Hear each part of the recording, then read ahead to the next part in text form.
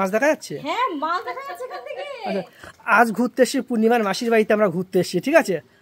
আসার পরে আমি শুনেছি জলে জলে খুব সমস্যা হয়েছে এখানে, তাও দেখো আসলাম, আসার পরে দেখো কি অবস্থা। এই যে দেখো ঘরের ভিতর পর্যন্ত জল ঢুকে গেছে, এই যে দেখো কি অবস্থা।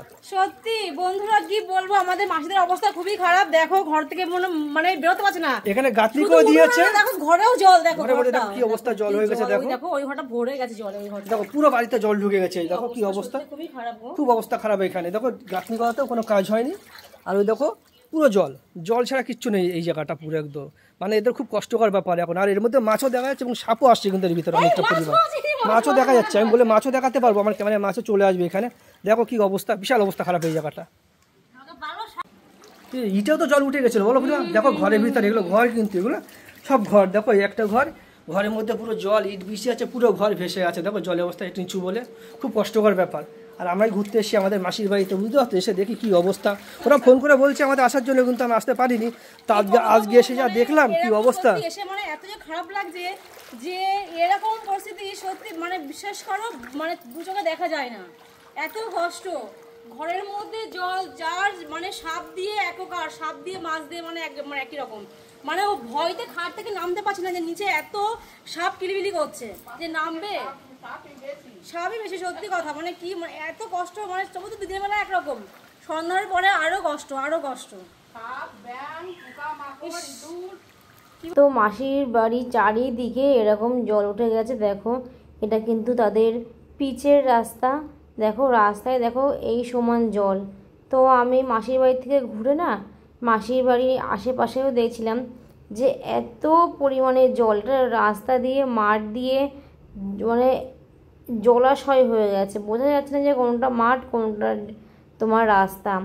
আর কি বলো তো, এখানে তো দিনের বেলা এক রকম, রাতের বেলা কিন্তু প্রচণ্ড ভয়, যখন তখন যেখানে সেখানে কিন্তু তোমার সাপ চলে আসছে, এরকম ব্যাপার।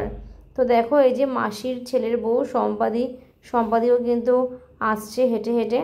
তো সম্পাদি দেখেছো কত পর্যন্ত জল, সম্পাদি অনেক ইয়ে করছিল, দুঃখ যে প্রত্যেক বছর বর্ষা এলেই আমাদের এখানে জলে ভেসে যায়।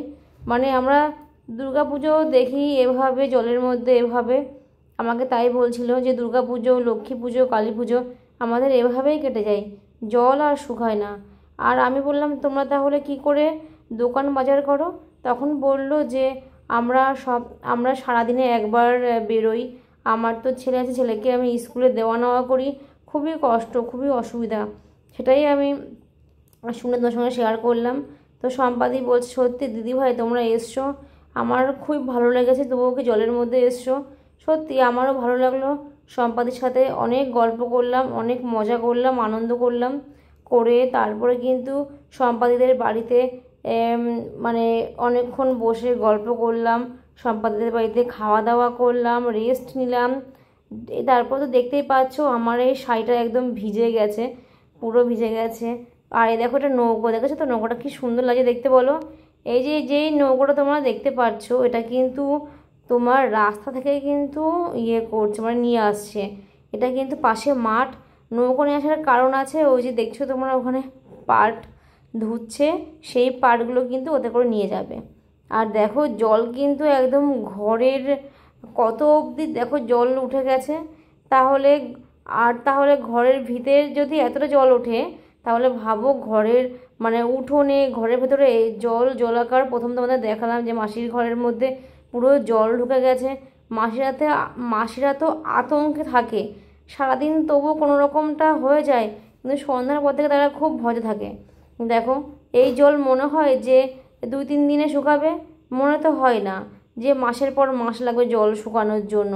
মানে জল যে বেরোবে তার কোনো জায়গা নেই, এমন একটা পরিস্থিতি। তো রাস্তাঘাট সবই আছে কিন্তু জল জায়গার যাওয়ার পরিস্থিতি নেই, এরকম হয়।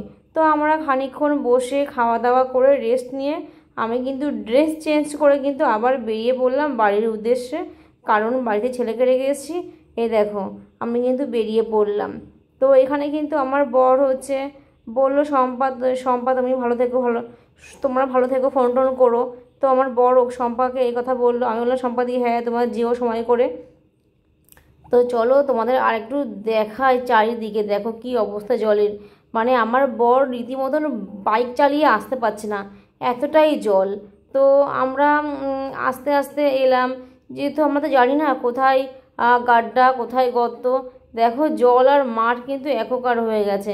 আমরা খুব আস্তে আস্তে গাড়ি চালিয়ে কিন্তু আসছি। তো তোমরা বলবে তোমাদের বাড়িতে জল জমেছে কিনা, তোমরা যেখানে যেখানে থাকো তার লোকেশানটা বলবে, তোমাদের ওখানে জল জমেছে কিনা। এখানে কিন্তু প্রচণ্ড জল জমেছে। তো ভিডিওটা তোমাদের কেমন লাগলো অবশ্যই কিন্তু কমেন্ট সেকশনে তোমরা জানাবে। তো চলো নেক্সট ভিডিও আসার জন্য চোখ রাখতে হবে। আর কি বলো তো, মানে এখন তো এবছরটা এত বৃষ্টি হয়েছে, তোমরা কিন্তু অবশ্যই কমেন্ট করে জানাবে যে তোমাদের ওখানে এত জল জমেছে কিনা বর্ষায়। আর মানে তোমাদের রাস্তাঘাট কি এখনও কি ঠিকঠাক আছে নাকি জলে ডুবে গেছে, অবশ্যই কিন্তু কমেন্ট সেকশনে তোমরা জানাবে। তো চলো টাটা, বাই বাই।